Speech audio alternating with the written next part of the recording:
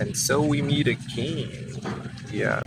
So what I really wanted to talk about in this video would just be, I guess, not taking things personally, because I think we take life very seriously. Everything that people do, everything that happens to us, we take it really personally when in fact we should not. I think the best way to navigate life is never take things personally and to just, easily navigate through life and not just judge, rush into judgments, be rude, and just, be bitter with life in general. Because I think it has a lot to offer. And even if it does not, why are you letting other aspects, other perspective, other person's problem affect you in a really negative manner? If you're stuck in a really toxic situation, if you're stuck in like a toxic relationship, I think the best way to navigate through that is to end it. Nothing is much more important than your mental well-being and your overall well-being per se.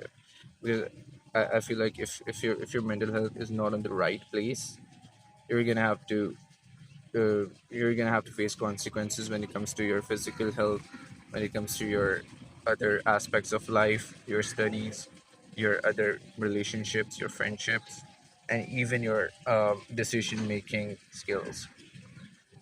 So yeah, what you can do in the meantime is build yourself in a way that is really positive for you. Because shit happens. Let me tell you, I'm not gonna filter things out. Life gets hard. It gets tough. But you need to remember who you are. You need to remember not to take things personally, no matter what people do to you. Because a lot of the things that people do is their own fears, their own insecurities, their own values, judgment, and mostly it has nothing to do with you. But yeah, if you fuck up, do take responsibility. I'm not saying just blame everything onto the other person, but if you have analyzed the situation, if you know that you have tried your best, then I think it's the best thing, the best decision that you can do is to excuse yourself and leave the table. And it also liberates us in a way. Like there is the freedom in letting go, because when you let go, you are able to form more connections. You're able to form more better friendships. You're able to form a different story. So see it not as something that has ended, but see it as something that will take you to the other chapter of your life. So yeah, I think Murakami has this quote which is pretty interesting, honestly. I think he says that you cannot avoid the storm. I'm gonna butcher this quote, by the way, but I hope not. But I think in the crux of the quote is like you have to go through the storm, but okay, I forgot. It completely slipped my mind. Hold on, let me remember.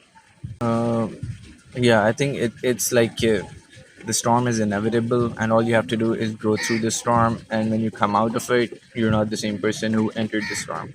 So yeah, basically things happen. Life throws problems at us, whether it is relationships, friendships, family problems, trauma, and everything. I think these things do toughen us up. Like this is like an important thing that you need to keep in mind. Important thing out of this video is not to take things personally. Do your best, try your best by all means.